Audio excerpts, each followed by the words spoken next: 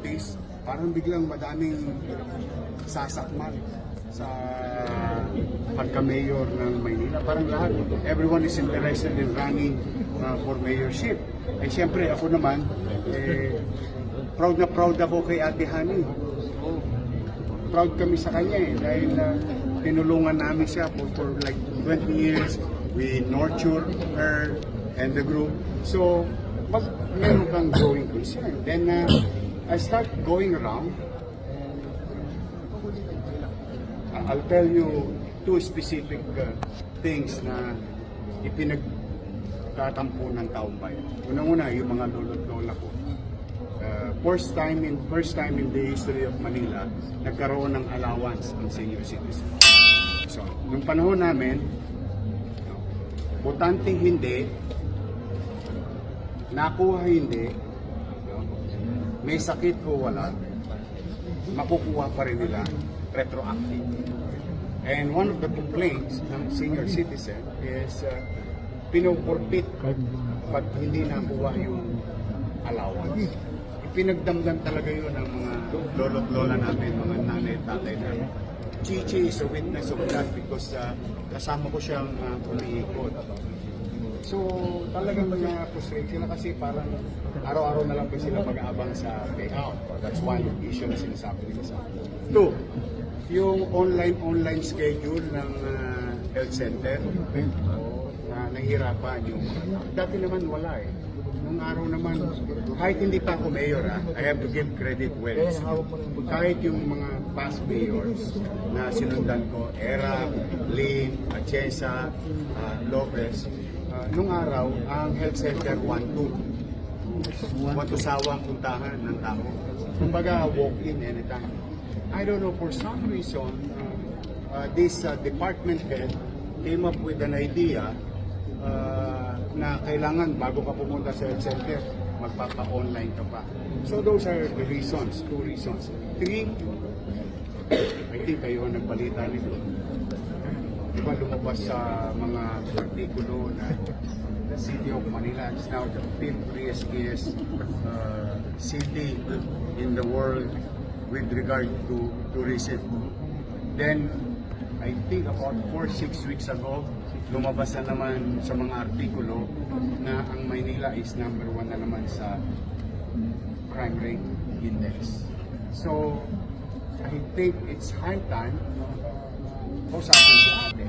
Kinausap naman namin siya. Ako personal.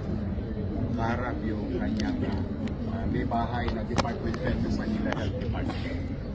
And I respectfully ask Ate Hani kako nananawagan yung taong bayan, ayaw ko naman magpinipilihan. Baka ate pwede ko sa pagka. And swiftly, she answered, no, I'm running for re-election.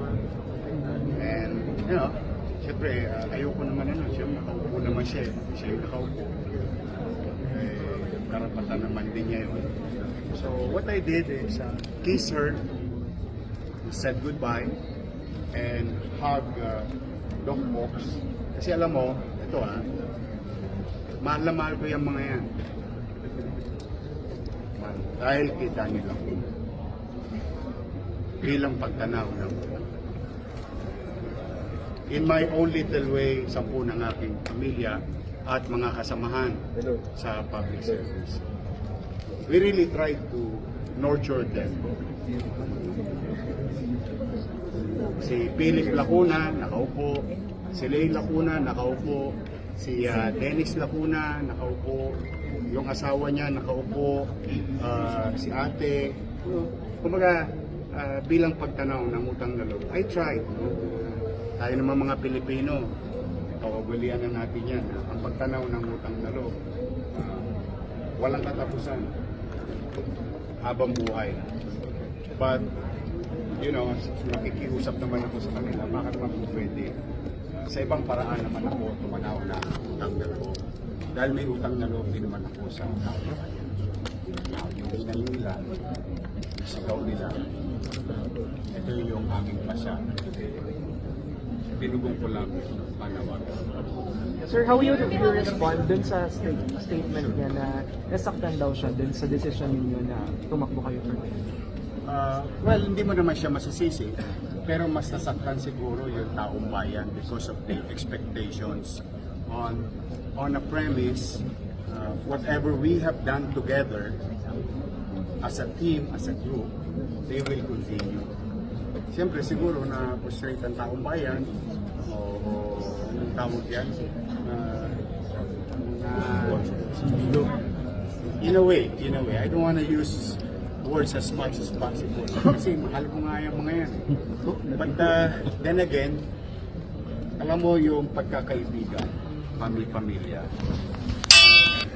eh maliit na bagay yan pagka pinag-uusapan na kapakanan na taong bayan. We owe it to the people. I don't owe anybody about things kung ang pag-uusapan eh, paano pagmamalasakitan ng tao. I owe it to the people. We, not only me, but I think everyone will go and join public office. Utang namin yan sa tao. And we should perform. We should fulfill our promise. A promise that we took an oath. No? Every now and then, pagka nananalo ka, di ba? Bago ka sumok pa sa opisina, nyanyangka ka muna, di ba? So, meron ka mga pinangakuan. And we have to fulfill that. If not, mananagot ka sa Nanginayang ka ba, Mayor, na yung mga magandang nasimulan mo, hindi na ipagpatuloy? Ang laki na.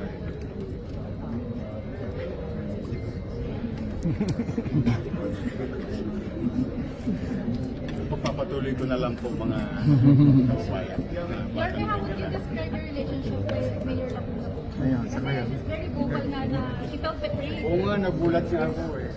Na, hindi ko akalain na ganun ang magiging reaction. But, you know, hayaan nyo na lang yung ate-ate ko.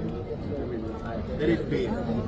Hindi niyo pa po kinausap after niyo narinig yung she felt betrayed statement niya? Hindi naman nila ako tinawagan. Kasi before, they would always call me. They would always call me. Last year, they would invite me, ask me, and try to share ideas. But more than a year now. Anong tawag doon? Anong tawag sa ginost? Na ghosting. Hindi ko alam eh, parang ganun lang. Hindi ko lang alam yung tamang termino, but that is literal application. Nagkausap daw po kayo last August. Sunod ka. Nagkausap daw po kayo last August. Yes, I initiated. I personally, God is my witness, I tried and initiated first yung talk. But it took a while for them to give me a schedule. But it happened. I'm grateful for the time that the Ate Hani gave me. Personally, before anybody else, to say my piece with her and the husband. Doon mo sinabi noong August na intention mo to come back. Actually, parang ano pa yata, July pa yata yun. July. Sa Kapia tayo. Sa Manila Hotel. Yun. Sa Manila Hotel. To be exact, in front of the general public in TAP. You were saying? Bale, Richard Lacuna, Sure. final just interview lang kay Lacuna, which is yung sinabi na huwag ka lang bumalik. Kaya ano natin, intindihin na lang natin yung ating siguro ano lang yun, yung bukso na kasi sa akin naman immaterial yung mga ganyang bagay. ayokong pangunahan yung desisyon ng taong bayan. Ano kung pakiramdam na mas marami po yung supporters nyo at sinasabi nila na organic daw sila? At least nandito kayo, you can ask Rakat. Sabi ko sa kagabi, ini-interview ko sa bilyonaryo, nanawagan ako. Sinabi ko, takot pag wala kayong gagawin, no?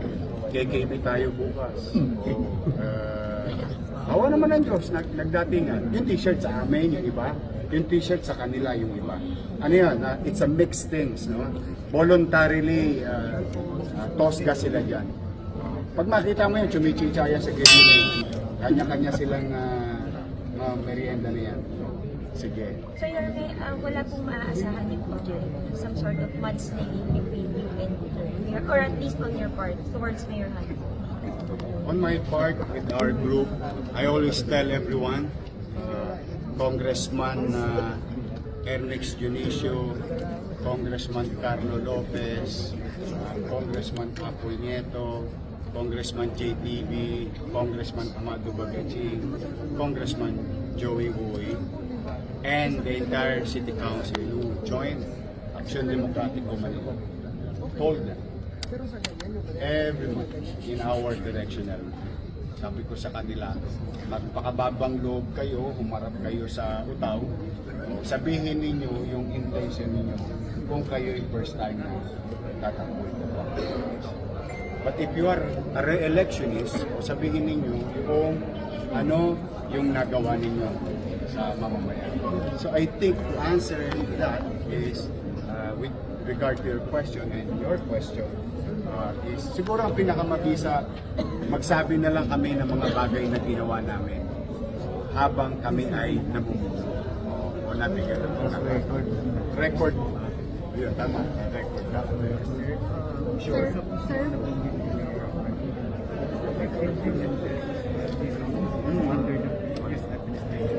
Administrasyon po. Tulungan ko na siya.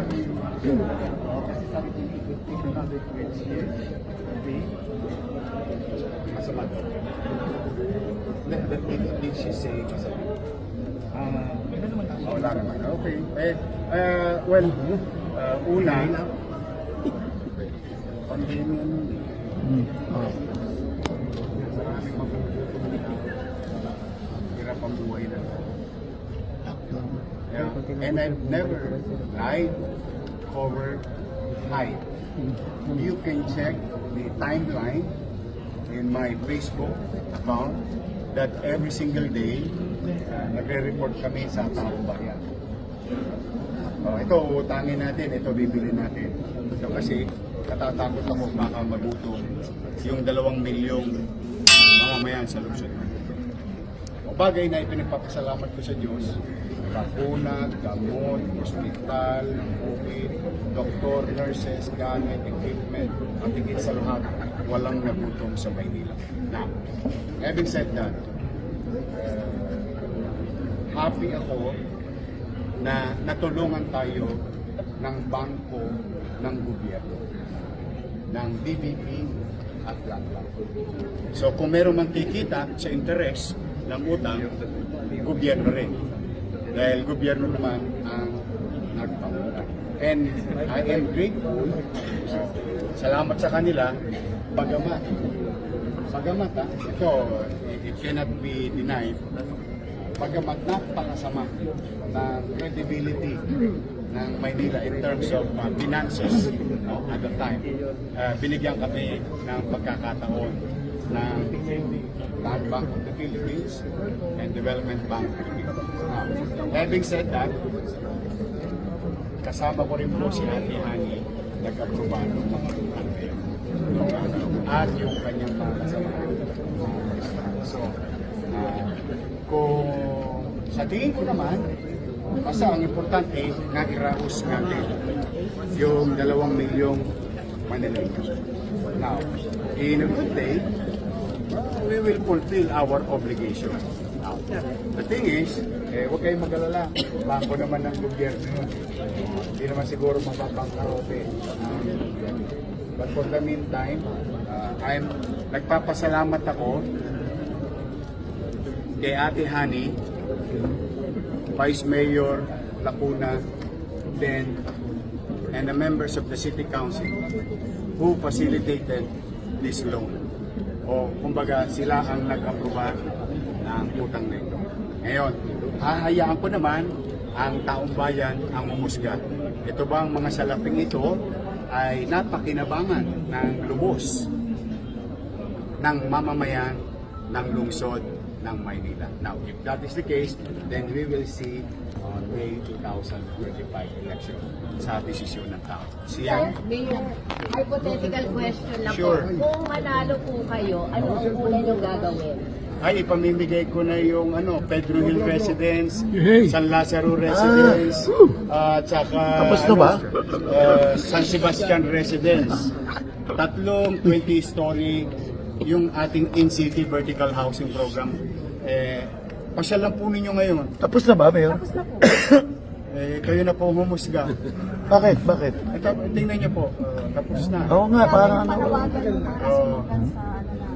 Hindi ko alam ba't hindi pinamimigay. Pero yun ang unahin ko kasi gusto ko bilang squatter. Alam niyo naman, hindi naman kaila sa inyo. Ang libro ng buhay ko, nabulat-bulat yun na lahat ng bawat pahina. Bilang squatter, kaya ko prioritize ang housing. Gusto ko kahit paano, bumulat bumagyo, karoon ng dilubyo, may mauwian ang bawat pamilyang Manileño na walang sariling bahay. Now, yun talaga, unang-una kong gagawin. Pangalawa, bubuksan na natin yung ospital sa Baseco. 3 taon nang hindi binubuksan yun, 3 taon nang tapos yun. Oo. Nagtataka ako bakit hindi na buksan eh. And it took 3 years until now. Noong bago tayo umalis gawa na yun Hindi, nalulungkot lang ako because these are under our program, and I've been telling Vice Mayor Chichi Atienza, I always believe in MBN, minimum basic needs, housing, education, healthcare, and jobs. And these are the things during the pandemic, yung katulad ng naitanong mo, kasi community, Binondominium 1, Condominium 1, Binondominium 2, these are the things na pinuntahan ng salapi ng taong bayan. Now, if they are having hard time, sabi ko nga, tulungan ko na lang, baka pwede ko ituloy through fiscal engineering, o baka mapagaan natin yung katayuan ng Maynila. So yun yung una kong gagawin, kasama si Chichi. And of course, Chichi will focus on giving livelihood to our fellow Manileños. Yun naman ang trust niya. And I hope you don't mind. Di ba si Chichi naman? 1 minute recess.